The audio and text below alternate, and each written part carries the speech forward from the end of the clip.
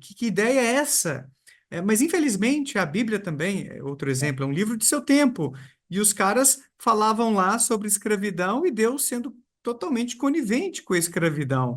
Então, os profetas e, por que não, os médiums falam sobre os valores, as crenças e expectativas do seu tempo. Tem um momento. Chico Xavier falou sobre a existência de alienígenas aqui, ó, no sistema solar, e a gente não encontrou eles em Júpiter, nem em Marte, e não vai encontrar, pelo menos, formas de vidas inteligentes em lugar algum. Ele estava com as expectativas de seu tempo, falando antes de enviarmos sondas a esses planetas. Então, os espíritos ou pregaram uma peça nele, como aconteceu também no caso da Otília Diogo, a médium que materializava.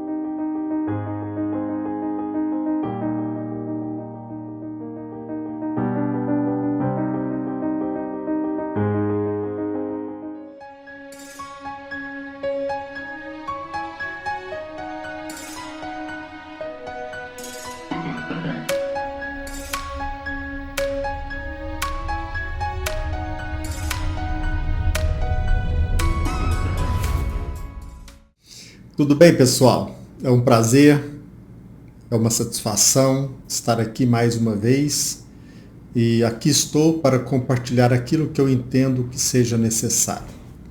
Como eu sempre digo, eu espero respeitar o seu tempo, o seu precioso tempo. Estamos aqui mais uma vez olhando, prestando atenção, voltando o nosso olhar, a nossa atenção para a vida de Jesus Cristo. A doutrina espírita se nos mostra Jesus Cristo o alicerce para que tenhamos uma vida melhor. É claro que, como cristão, como espírita cristão, nós aprendemos a exercer a nossa faculdade de expressar aquilo que nós entendemos. A faculdade de compartilhar aquilo que nós entendemos devido e também o convite para que toda e qualquer crença, toda e qualquer convicção.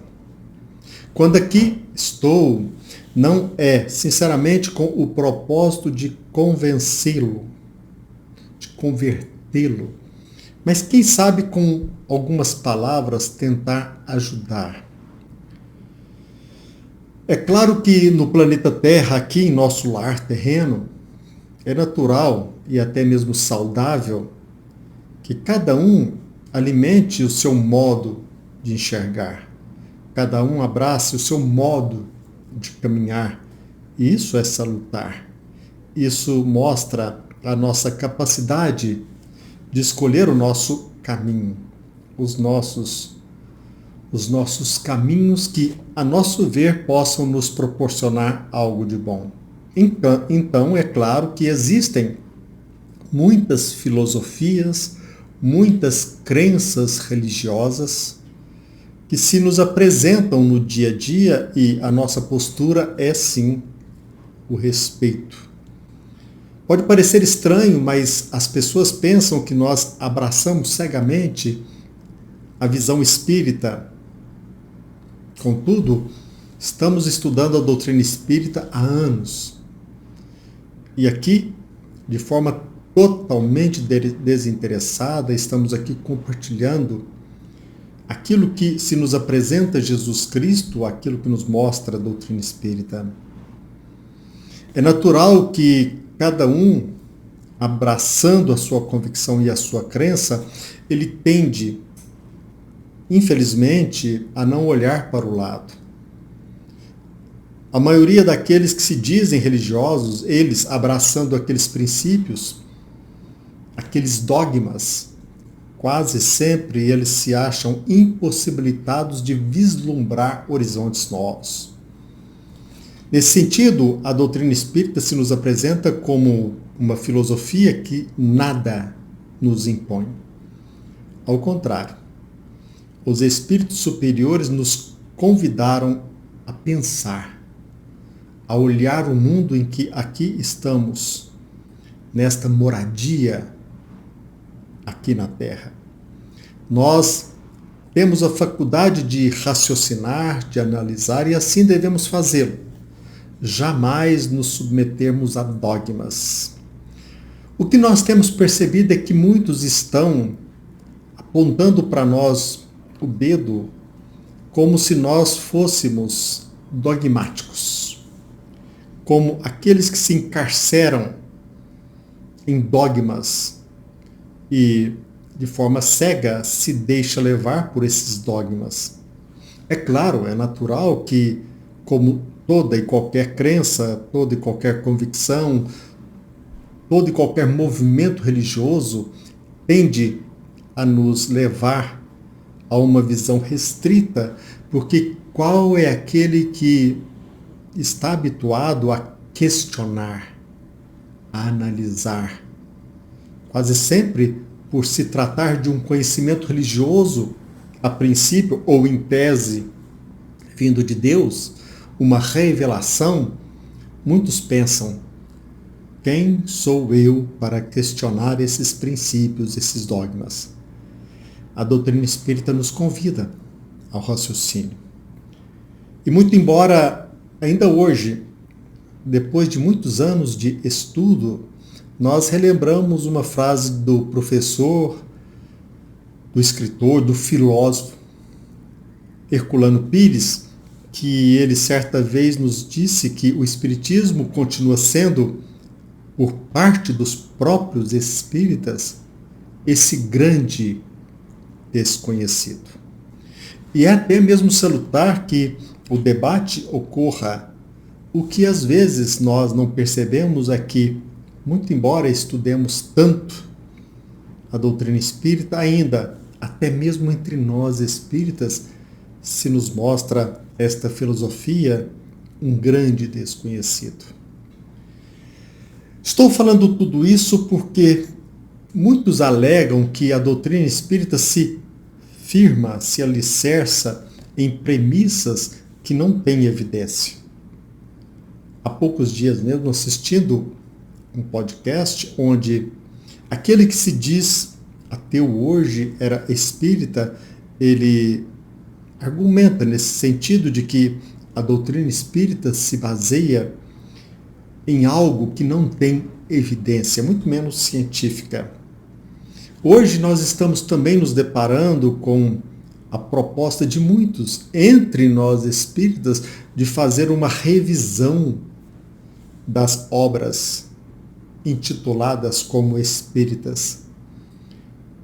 Muitos defendem a tese de que nós devemos imiscuir nestas obras, esquecendo de que não somente uma obra espírita, toda e qualquer obra, todo e qualquer escrito é algo sagrado. Por que sagrado? Porque é uma manifestação do ser humano que somos filhos de Deus, que herdamos de Deus a nossa capacidade de raciocínio e de expressar o nosso ponto de vista. Ninguém tem o direito de imiscuir, se introduzir em nosso ideal, em nossos escritos para fazer alterações.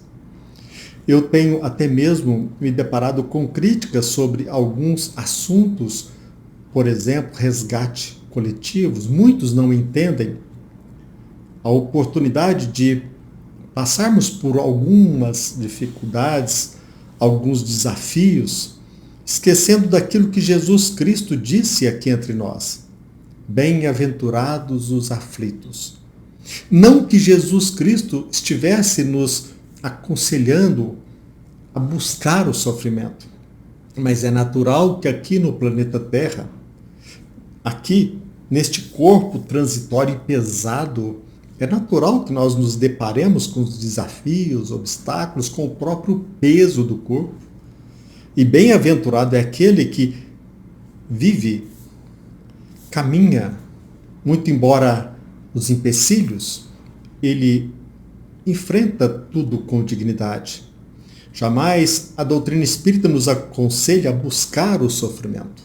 Jamais a doutrina espírita nos fomenta a ideia de que nós lutamos para que a miséria se estabeleça, porque através dela nós iremos ascender. Não.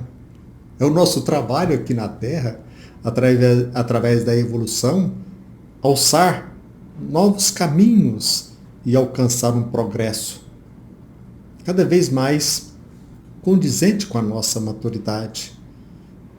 Quantos e quantos criticam, até mesmo entre nós espíritas, o uso da expressão pagar os débitos, quase sempre se apegando à literalidade, esquecendo do espírito que deve vivificar os ensinos, o ensino da espiritualidade maior. Infelizmente, ainda é verdade que até mesmo entre nós espíritas, o espiritismo continua sendo, como diz Herculano Pires, esse grande desconhecido. Muitos, até mesmo hoje, que se dizem ateus, ou até mesmo aqueles que abraçaram uma nova visão de vida, e é algo salutar, mas eles apontam como se fosse uma premissa espírita de que um espírita é contra a caridade, porque a caridade atrapalha, embaraça o desenvolvimento daquele que precisa passar por aquela aflição. Mesmo se dizendo espírita, mesmo declarando que por muitos anos abraçou a filosofia espírita, alimenta a ideia e compartilha a ideia de que a doutrina espírita se alicerça nesse princípio. Certamente não leu apenas o Evangelho segundo o Espiritismo. Quem somos nós para adulterar a doutrina espírita dizendo que o espírita é contra a caridade? Quem? Quantas e quantas pessoas apontam para a nossa visão como cristão pela ótica da doutrina espírita de que nós somos cruéis quando nós apontamos para aquele que deu cabo à sua própria vida, de que ele irá passar por sofrimentos maiores.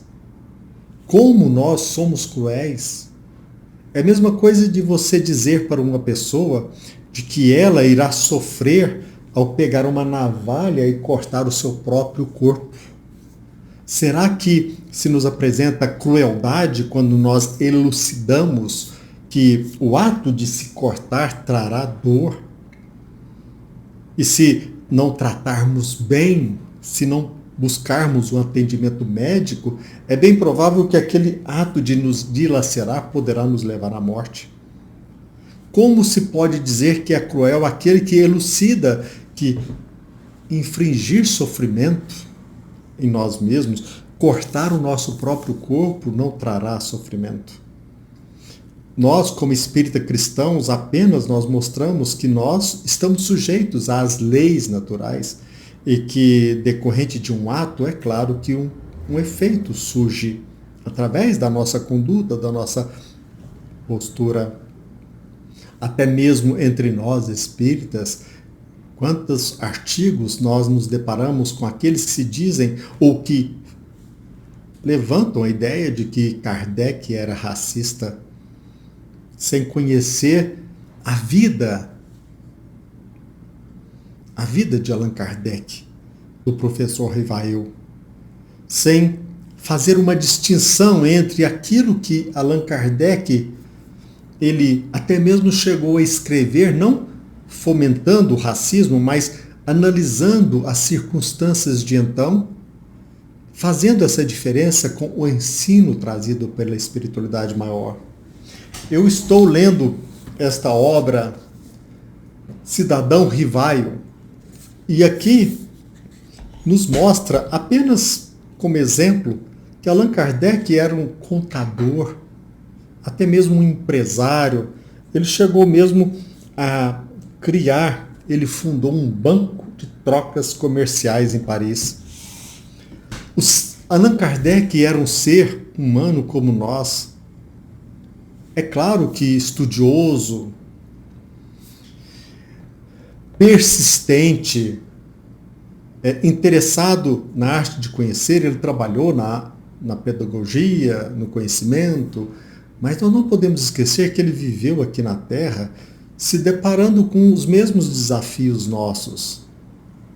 Mas quando se diz que alguém traz, por intermédio do seu trabalho, algo que se nos apresente como uma revelação, quase sempre nós temos a tendência de apontar para aquele indivíduo, como Kardec, como se fosse um santo, um ser perfeito. Como muitas pessoas alimentam a ideia e, com base nessa ideia, começam a apontar o dedo, a tirar na doutrina espírita, pensando que o espírito que nos traz uma mensagem pela mediunidade é um espírito puro, infalível, que a tarefa dele é até mesmo de ser um guarda-costa. Quantas críticas foram endereçadas a Chico Xavier, porque no entender deles, Emmanuel deveria ter interferido, esquecendo que a doutrina espírita nos mostra que o respeito à liberdade de iniciativa, porque nós, como filhos de Deus, herdamos inúmeros recursos, e o espírito realmente superior, ele não irá atuar como um guarda-costa, aquele que nos livrará de todo e qualquer equívoco, de todo e qualquer erro. É claro que a obra trazida pelas mãos de Chico Xavier se nos apresenta algo que a espiritualidade teve muita cautela para que esse conhecimento chegasse em nós. Mas dizer que nós, como espírita cristão, nós abraçamos a ideia de que o fato de alguém ter ou estar no plano espiritual por si só já é um ser infalível, falsos profetas na erraticidade. A nossa capacidade de pensar, de analisar, mas mesmo assim entre nós espíritas, muitos defendem a ideia falsa de que os espíritos são deuses, infalíveis, e como eu disse, às vezes com a função de nos proteger dos desafios, nos livrar das dificuldades. Quantas e quantas pessoas vão a uma casa espírita à busca de um conselho espiritual, menosprezando aquilo que um médico aconselha, receitua. Não é uma postura coerente com os primados, com os princípios da doutrina espírita. E nós precisamos, como espírita cristãos, fazer uma diferença entre o ensino dos espíritos superiores e a nossa forma de viver como seres humanos, aqui e no plano espiritual, falíveis. Todo um trabalho em torno da vida de Jesus Cristo, a importância do Evangelho de Jesus Cristo. Infelizmente, até hoje, muitos pensam que a revisão da obra espírita ela serve para que nós possamos amenizar as ideias para um combate ao racismo, à misoginia, à discriminação de gênero, como se nós tivéssemos o direito de interferir, de imiscuir no trabalho do ser humano. Repito, o fruto do nosso trabalho, quando nós escrevemos algo, não apenas por ser a expressão de um pensamento dos espíritos, mas uma obra nossa é algo sagrado. Parece que nós esquecemos o trabalho, nós não estudamos a vida de Allan Kardec, e esquecemos de um princípio basilar que é a universalidade do ensino dos espíritos, que nós não podemos acreditar, depositar confiança a algo que um espírito nos apresenta, mas pesquisarmos através de experiências, de diálogos e analisando para que nós possamos perceber se aquilo que estamos abraçando está conforme o princípio intitulado Universalidade do Ensino dos Espíritos. Nós estamos aqui em pleno século XXI e aqueles que se dizem de esquerda, espíritas de esquerda, espíritas de direita, qual é o seu ponto de vista? Quando nós deveríamos nos perguntar qual é o ponto de vista de Jesus Cristo? Quando nos apresenta Jesus Cristo o respeito à liberdade, o respeito à iniciativa privada, o perigo sobre a atuação do Estado, que nós não podemos ficar dependendo desse ente fictício, nós já nos perguntamos qual é o ponto de vista de Jesus Cristo? São poucos aqueles que conseguem se livrar dos seus preconceitos, do seu ponto de vista,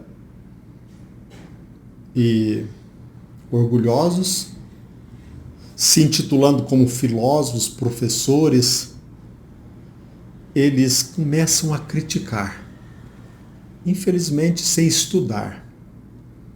Como ainda a doutrina espírita, entre nós espíritas, é esse grande desconhecido. Com a doutrina espírita, nós aprendemos a respeitar toda e qualquer crença, toda e qualquer convicção, respeitamos até mesmo o seu posicionamento que nos apresente equivocado. Nós temos a liberdade de assistir uma palestra de um psicólogo, uma prédica de um padre, de um pastor, auferir benefícios na fala desta ou daquela pessoa, independentemente da filosofia ou da religião que abrace. A doutrina espírita nos apresenta a nossa capacidade de assumir as rédeas da nossa existência. Eu quero concluir dizendo apenas o seguinte: você, meu amigo, minha irmã, minha amiga, meu irmão, você tem capacidade de, usando os seus recursos, aferir, até mesmo criticar. Mas para que possamos criticar algo, precisamos ter conhecimento. A doutrina espírita nos apresenta princípios nobres. E é claro que a doutrina espírita não é a religião infalível. A doutrina espírita nos apresenta, de acordo com a nossa maturidade, conhecimentos que nós possamos suportar. Mas precisamos dilatar as nossas faculdades para, assim, evoluindo, nós possamos entrar em contato com espíritos mais superiores. E assim, nós iremos perceber que Jesus Cristo, o Evangelho de Jesus Cristo, levado, seja pela boca de um pastor, de um padre, de um filósofo, de um espiritualista, aquele que muito é discriminado como da Umbanda. Quando nós estudamos o Evangelho de Jesus Cristo, nós percebemos a grandiosidade.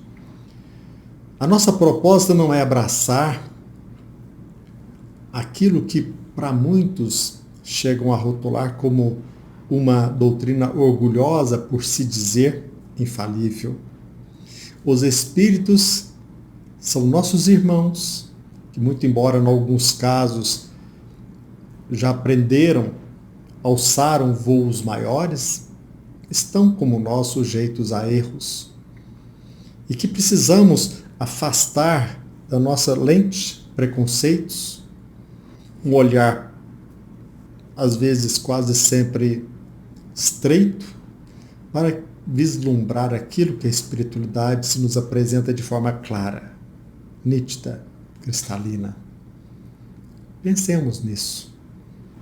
A cada momento, a cada estudo, a cada postura em que nos apresentamos como, de forma humilde, sedentos de conhecimento, nós iremos perceber a importância do ensino dos espíritos, não apenas por intermédio de médiuns, não apenas aquela mensagem que nos chega numa casa espírita, mas quantos espíritos atuam, espíritos evoluídos, numa igreja, num templo, nas universidades, nas academias, no laboratório. Basta que tenhamos o quê? Humildade.